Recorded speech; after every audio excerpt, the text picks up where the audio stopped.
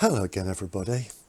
A quick video tonight, basically just to say there's a nuptial flight in North London, but this is a little bit interesting, and I had this happen last year. So before I get what I had last year, which was a fake nuptial flight, there really was a nuptial flight in North London today, and that's what the pictures that you're looking at are from. So I just wanted to sort of bring it to people's attention because of how you have to check your wild colonies every day, and you have to sort of almost understand what will make Glacius niger fly. So a number of things here. Firstly, our weather's been rubbish. It's been terrible weather. Here we are, and it's what, the 15th of July, and they haven't really had a decent day for a nuptial flight yet. There was one small nuptial flight back at the end of June, which I actually missed on the evening. I saw some queens on the way into work the next morning. I could have caught 9 queens if I'd wanted to. But apart from that, it's been terrible, and there's been no decent nuptial flight flying days.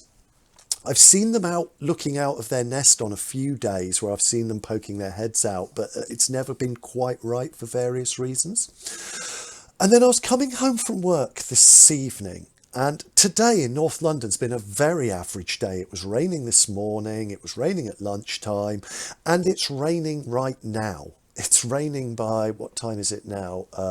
8 o'clock in the evening, and there's a thunderstorm going on. So, and it's gone cold as well. Once the thunderstorm started, not cold, but the temperature has dropped.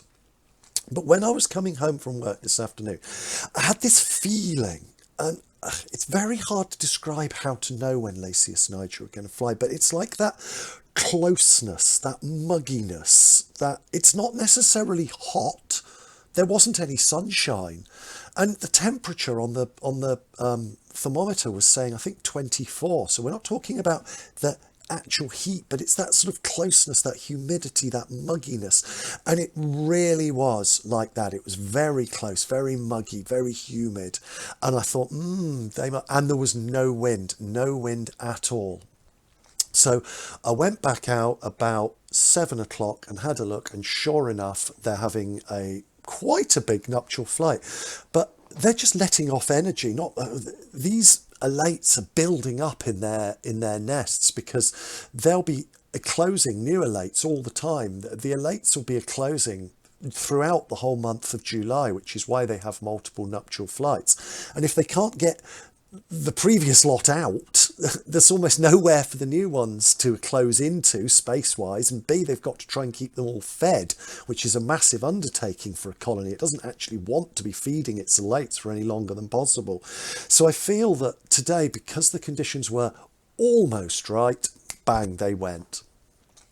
Anyway, usual pictures, like I normally show, just trying to show how simple and easy it is to catch a queen, how you can't fail to find a queen, how there'll be queens absolutely everywhere, you can't miss them. And I've just been showing shots of like little sections of footpath and how many queens I can see just in one small section of footpath. Couple of other, I try obviously every time to get anything interesting I can. So I got another queen taking her wings off. So yeah, I've done this once before. I'm actually making this recording without having watched the video yet, so I hope it's good. But I thought when I was filming it that it's actually clearer than the previous one, but I'll see in a minute.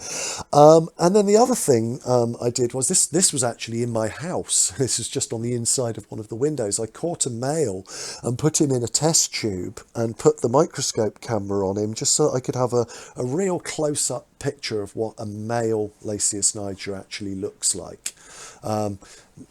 They're tiny. They're not much bigger than normal ants, maybe 1.5, 2 times as long as a normal ant, but they're quite thin, the same as a normal ant, an ant worker, and you don't mix them up with the queens. The queens are the really big fat ones.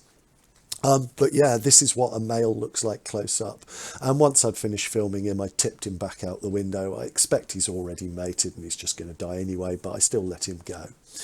Anyway, thank you everybody. Until next time, goodbye.